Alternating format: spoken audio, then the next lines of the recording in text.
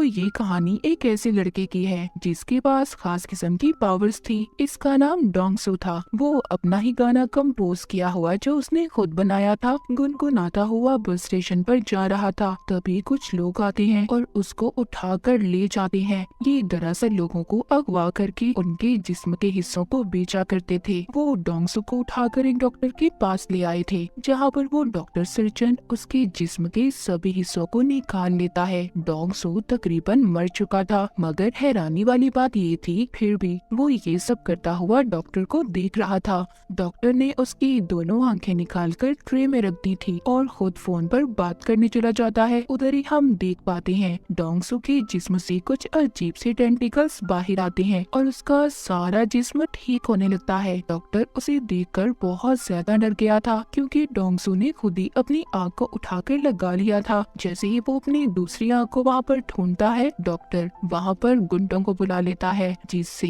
अब डोंगसू वहाँ से भाग गया था। फिर कुछ दिन बाद उसी शहर में एक हादसा होता है। एक बहुत ही खूबसूरत औरत की मूर्ति को किसी ने सड़क के बीचों बीच लाकर रख दिया था। सब लोग उसकी तरफ देख रहे थे क्योंकि वो बहुत ज्यादा खूबसूरत थी। जैसे ही सब उसकी तस्वीरें लेने लगते हैं तो उस मूर्ति से खून टपक रहा था। यहाँ पर पता चलता है कि वो कोई मूर्ति नहीं थी, बल्कि जीता जागता एक इंसान था जिसको मूर्ति बना दिया गया था। आहिस्ता आहिस्ता ये खबर हर जगह पर फैल जाती है। वहाँ पर पुलिस भी आ गई थी। इंस्पेक्टर बहुत देर तक उसकी इन्वेस्टिगेशन करवाते हैं, जिसमें उन्हें पता चलता है कि उसमें पी और एल नाम के दो सिंबल्स हैं। वहीं पर हम डोंगसू को देखते हैं, जिसने अब अपनी एक आंख पर पट्टी बांध ली थी और अपनी दुख भरी जिंदगी जी रहा था। एक रात बैठा हुआ जब वो अपने ही बनाए हुए गाने की प्रैक्टिस कर रहा था, तो अचानक से उसकी आंख में दर्द होने लगा था। जो आंख उसकी गायब थी, उसको अचानक से एस्ट्रोलॉजी नजर आती है, जिसमें वो बिल्कुल वही लफ्ज देखता है जो उस मूर्ति के जिस्म पर बना हुआ था। उसको और भी बहुत सारी चीजें नजर आती हैं, जिससे ये पता चलता है कि डोंगसू की आंख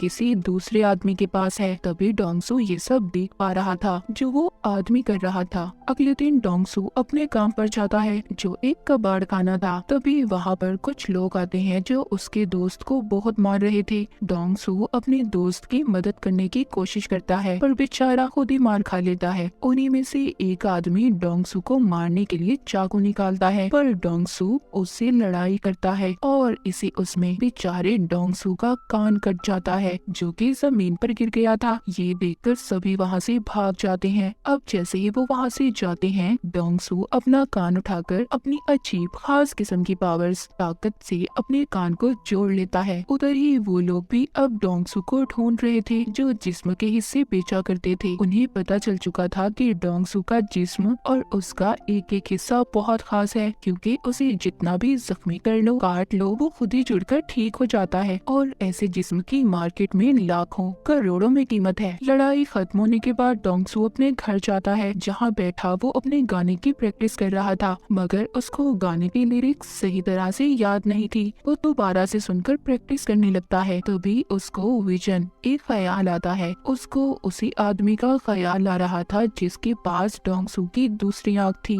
वो भी बैठा उसी का गाना सुन रहा था। तभी डोंगसू की आँख में दर्द होने लगता है, जिसके बाद डोंगसू ये फैसला करता है कि वहीं पर तो बाना जाएगा जहाँ पर उसे ले जाया गया था और अपनी आँख को ढूंढ लेगा। मगर वो लोग उसको पहचान लेते हैं जो उसके पीछे पड़े थे। वो उसको पकड़ने की कोशिश करते हैं। वो उनसे बचकर भाग रहा था, पर तभी उधर ली नाम की लड़की आकर उसे बचा लेती है। ली कहती है, मैं जानती हूँ तुम डोंगसू ही हो ना। जिसके बाद वो उसकी टांग पर अपना चाकू निकालकर एक कट मारती है और वो देखते ही देखते खुद ही ठीक हो जाता है। डोंगसू ली से बचकर वहाँ से भाग जाता है। इसके बाद डोंगसू के ख्यालों में हमें एक किताब को दिखाया जाता है, जिसमें लोगों को मारकर उनका पुतला बनाने के बारे में सब कुछ लिखा हुआ था, जिससे ये बात तो साफ थी कि डोंगसू की आंख जिस इंसान के पास थी, वो लोगों को मारकर उनका पुतला बनाकर उन्हें शहर में खड़ा कर देता था। फिर हम एक लड़की को देखते हैं जो डोंगसू का गाना सुनते अपने ऑफिस जा रही थी, क्योंकि वो गाना अब काफी ज्यादा वायरल हो चुका था। वो जाकर देखती है तो शहर में एक और पुतला खड़ा था, जिसका अभी अभी खून किया गया था। ये सारी बातें अपने दोस्त को बताती है, जिसका नाम मिस्टर जिन था, पर वो आदतों से बिल्कुल भी अच्छा नहीं था, मगर ये लड़की उसको पसंद करती थी। ये लड़की मिस्टर जिन के सामने डोंगसू का गाना गुनगुनाती है। तभी उसकी आंखों में दर्द होने लगता है और उधर डोंगसू की आंखों में भी दर्द हो रहा था। अब ये बात तो यहीं पर क्लियर हो जाती है कि डोंगसू की दूसरी आंख जिस इंसान के पास थी वो मिस्टर जिन था और वही था जो शहर में सभी लोगों का कत्ल कर रहा था। और यहाँ पर ये भी पता चलता है कि डोंगसू की दोनों आंखें उसके गाने को पहचानती थी, इसलिए जब भी वो बजता था उसकी आंखें आपस में जुड़ने की कोशिश करती थी, तभी उसे दर्द होता था। एक दिन वो अपने ख्यालों में एक लफ्ज लिखा हुआ देखता है जो कॉप्स आर्ट था। वो जब उसको इंटरनेट पर सर्च करता है तो उसे पता चल गया था कि शहर में जितने भी कत्ल हो रहे हैं वो कातिल उनको मारकर स्टैचू मूर्ति में बदल देता है और वो कोई और नहीं बल्कि मिस्टर जिन है। अब इस बात को पता करने अगले दिन उस लड़की के पास जाता है जो मिस्टर जिन की दोस्त थी, कि उसको देखकर पहचान लेता है क्योंकि इस लड़के को इसने अपने ख्याल में देखा था। ये उसे पूछता है कि कल तुम जिस आदमी के साथ थी वो कौन था। वो लड़की इसको कुछ भी नहीं बताती और डर कर चली जाती है। उसे ऐसा लग रहा था कि ये उसको छेड़ रहा है। अब डोंगसू किसी बात के बारे में भी नहीं जानता था। उसको तो ये भी नहीं पता था कि कातिल दिखता कैसा है। डोंगसू अब एक एस्ट्रोलॉजर के पास जाता है और उसको उन सिंबल्स जो उसने देखे थे और उन तारीखों के बारे में बताता है जब खून हुए थे। एस्ट्रोलॉजर उसको बताती है कि सब आपस में जुड़ी हुई चीजें हैं, इन सब को मिलाकर कल की तारीख भी मिलती जुलती है। मतलब डोंगसू ये बात तो समझ गया था कि कल भी खून होने वाला है, पर कब कहा ये बात वो नहीं जानता था। उधर ही वो लड़की जो मिस्टर जिन को पसंद करती थी उसकी दोस्त भी थी। वो उसके घर जाकर यहाँ वहाँ घूमने लगती है, जिससे उसे वो किताब मिल जाती है जिसमें मरे हुए लोगों को पुतला कैसे बनाना है सब लिखा था। उसको भी ये बात पता चल चुकी थी कि जितने भी कत्ल हुए हैं उन सब के पीछे मिस्टर जिन का हाथ है। अगले ही दिन दोबारा से शहर में पुतला खड़ा था। जब सब उसको देखने चाहते हैं उधर वो लोग भी थे जो डोंगसू के पीछे पड़े हुए थे। वो उसको देख लेते हैं और पकड़ने की कोशिश करते हैं, उसको मारने वाले थे। तभी उधर लिया जाती है जिसने एक बार फिर से डोंगसू को बचा लिया था। वो डोंगसू को बताती है कि मैं एक नॉवेलिस्ट हूँ जो कि कनेक्ट नाम के नॉवल को लिख रही हूँ जिसमें सुपर ह्यूमंस ताकतवर लोगों के बारे में बताया जाता है कि कैसे उनके जिस्म के हिस्से अलग करके भी वो आपस में जुड़ जाते हैं। अब खैर ली ने डोंगसू की जान बचाई थी। वो उसको थैंक्स बोलता है, उसका नंबर लेता है, जिसके बाद डोंगसू वहाँ से चला गया था। दूसरी तरफ मिस्टर जिन की दोस्त को देखते हैं जो काफी परेशान थी क्योंकि उसको मिस्टर जिन की सच्चाई के बारे में पता चल चुका था और उसको अपने साथ छत पर ले जाता है। मिस्टर जिन की दोस्त कहती है मैं सब जानती हूँ, तुमने किस किस को मारा है और उन सभी पुतलों के बारे में भी। जब ये बातें वो बता रही थी तभी वो आदमी आकर चुपचाप इनकी बातें सुन लेता है जिसको पहले ये सब बता रही थी। उसका फोन बच जाता है जिससे मिस्टर जिन उसको देख लेता है, उसको पकड़कर बहुत ही बेरहमी से मारता है और फिर उसे नीचे गिरा देता है। मिस्टर जिन की दोस्त भी ये सब देखकर बेहोश हो गई थी। तभी उसका फोन बजता है जिसमें उसने डोंगसू के गाने की रिंगटोन को सेट किया हुआ था। जब उसका गाना बजता है तो तभी डोंगसू की आंख में दर्द होता है और मिस्टर जिन की भी। इससे अब डोंगसू को ख्याल आता है और वो सब देख लेता है कि मिस्टर जिन ने दो लोगों को बहुत ही बेरहमी से मार दिया है। ये देखकर डोंगसू मिस्टर जिन के ऑफिस में आ गया था। वहाँ पर भी सबको कत्ल के बारे में पता चल चुका था। हर तरफ एक भगदड़ मच जाती है। वहाँ पर पुलिस भी आ चुकी थी। डोंगसू ने मिस्टर जिन का कोट देख लिया था, इसीलिए वो उसका पीछा करते बाथरूम तक जाता है, मगर उसने उसका चेहरा अभी भी नहीं देखा था। पुलिस आकर डोंगसू को पकड़ लेती है। उन्हें ऐसा लग रहा था कि डोंगसू ने ही कत्ल किया है। डोंगसू सबसे कहता है देखो मैंने कत्ल नहीं किया, कातिल तो बाथरूम में है। पर कोई भी डोंगसू की बातों पर यकीन नहीं करता। लेकिन ली उसको हम कैसे भूल सकते हैं। वो एक बार फिर आकर डोंगसू को बचा लेती है। उधर ही ऑफिस में मिस्टर जिन जो काफी परेशान था क्योंकि वो सोच रहा था कि छत पर तो हम तीनों के सिवा कोई नहीं था। जब वो बैठा डोंगसू का गाना सुन रहा था तभी उसकी आंख में दर्द होता है। अब उसको समझ आ चुकी थी कि सारे फसाद की जड़ उसकी ही आंख है जो ट्रांसप्लांट की गई है, यानी कि जो उसने लगवाई थी। इसका मतलब ये था कि जिसके पास दूसरी आंख है वो सब देख सकता है। जो मिस्टर जिन कर रहा था। एक दिन डोंगसू ली को अपने घर लेकर जाता है और उसे सब कुछ बताता है। वो शुरू अपने बचपन से करता है कि कैसे वो एक दफा पेड़ से गिर गया था, उसकी टांग टूट गई थी मगर वो खुद ब खुद ठीक हो गई, जिस वजह से मेरे सभी दोस्त मुझे मॉन्स्टर बुलाने लगे और मेरे घर वालों ने भी मेरा साथ छोड़ दिया। उस रात के बारे में भी बताता है जब इसको अगवा करके कुछ लोग ले गए थे और उन्होंने उसकी आँख को निकाल लिया जो मिस्टर जिन के पास है, और वही है जो शहर में सबको मार रहा है। बस मैं उसको पकड़वाना चाहता हूँ पर मैं उसके बारे में कुछ भी नहीं जानता। ली सब बातें सुनकर हैरान हो गई थी। वो कहती है तुम परेशान मत हो, मैं तुम्हारा साथ दूंगी, और उसको एक चश्मा भी लगाती है। कहती है इससे तुम्हारा कोई मजाक नहीं बनाएगा और ना ही लोग तुम्हें पहचान पाएंगे। जब वो मार्केट में कुछ लेने जाते हैं तो उधर डोंगसू के पोस्टर लगे हुए थे। पुलिस उसको ढूंढ रही थी लेकिन अचानक से उसकी आंख में दर्द होने लगता है।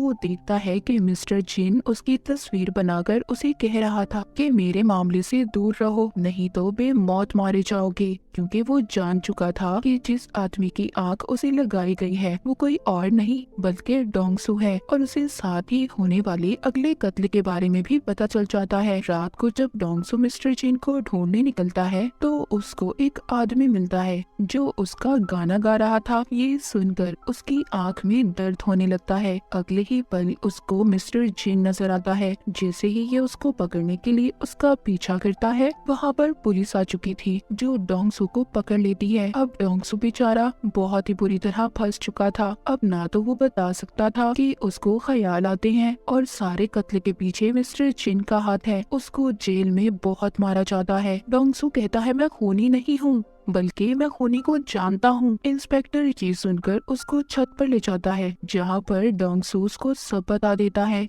कि उसकी आंख मिस्टर जिन नाम के आदमी के पास है और वो ही सबका कातिल है। वो इंस्पेक्टर को अपना एक हाथ तोड़कर दिखाता है जो फिर खुद ही जुड़ गया था। इंस्पेक्टर ये सब देखकर हैरान था। डोंगसू जो मिस्टर जिन को पकड़ना चाहता था वो छत से कूद जाता है क्योंकि वो जानता था कि अगर उसे चोट भी आई या उसकी हड्डी भी टूटी तो वो कुछ देर बाद खुद ही ठीक हो जाएगी। उधर दूसरी तरफ मिस्टर जिन डॉक्टर सर्जन के पास जाता है जिसने इसे डोंगसू की आंख लगाई थी। यहाँ पर हमें कुछ पहले का सीन दिखाया जाता है जब मिस्टर जिन डॉक्टर के पास आया था और उससे कहा था कि उसे आंख की जरूरत है, इसीलिए डॉक्टर ने एक तजुर्बे की खातिर डोंगसू की आंख उसको लगा दी। और फिर मिस्टर जिन को जब ये पता चलता है तो वो अब डॉक्टर को भी मार देता है। जब वो लोग चेक करने आते हैं जो डोंगसू को पकड़ने के चक्कर में थे तो वो जब डॉक्टर को मरा हुआ देखते हैं उन्हें सब पता चल जाता है कि मिस्टर जिन ने डॉक्टर को मारा है। ली और डोंगसू दोनों डॉक्टर को ढूंढने की तलाश में थे।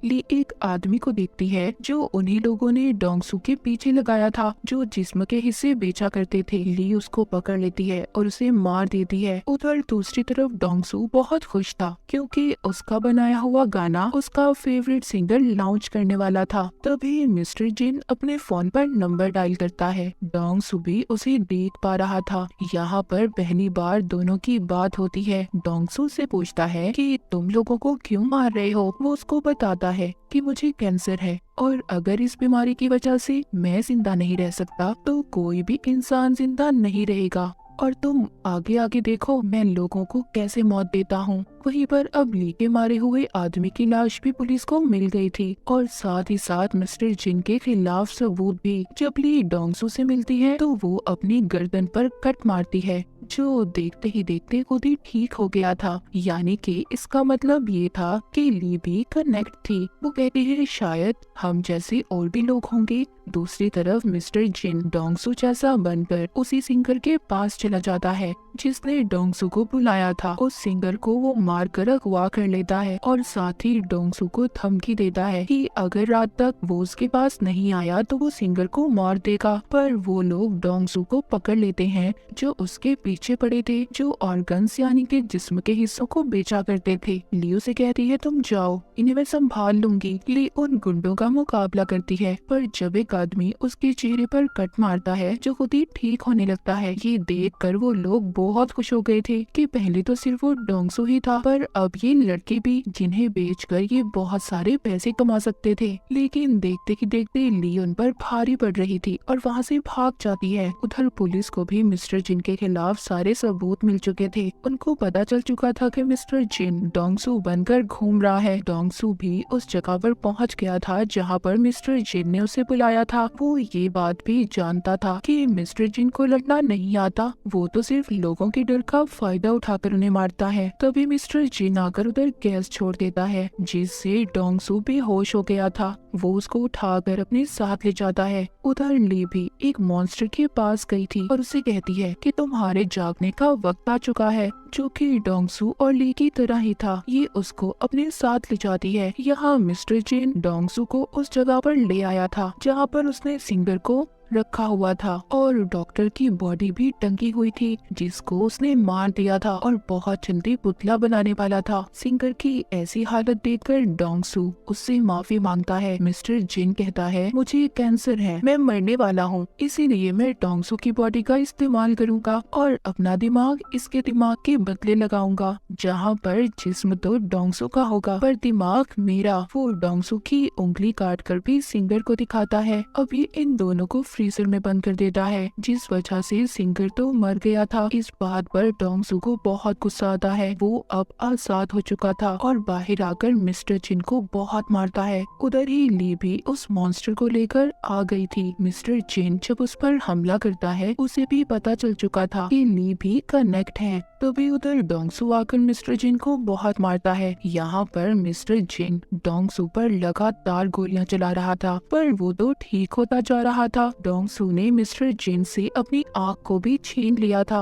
और उसे मारने वाला था। तभी उधर पुलिस इंस्पेक्टर आ जाते हैं, जो डोंगसू को मारने से मना करते हैं। इंस्पेक्टर उससे वादा करते हैं कि मैं तुम्हारा सारा रिकॉर्ड मिटा दूंगा, अपनी जिंदगी की नई शुरुआत करनी चाहिए। अब ली और डोंगसू को ये लग रहा था कि सब कुछ ठीक हो गया है, वो जाने वाले थे। तभी ये देखते हैं वहाँ पर बहुत सारे मिलिट्री के हेलीकॉप्टर आ जाते हैं। अब उन्हें भी कनेक्ट के बारे में पता चल चुका था, जहाँ पर वो इन दोनों को पकड़ लेते हैं। अब आगे की कहानी क्या होगी, मिलिट्री वाले इनके साथ क्या करेंगे, ये तो हमें सीजन 2 में ही पता चलेगा। तो सीजन 1 की कहानी यहीं पर खत्म हो जाती है।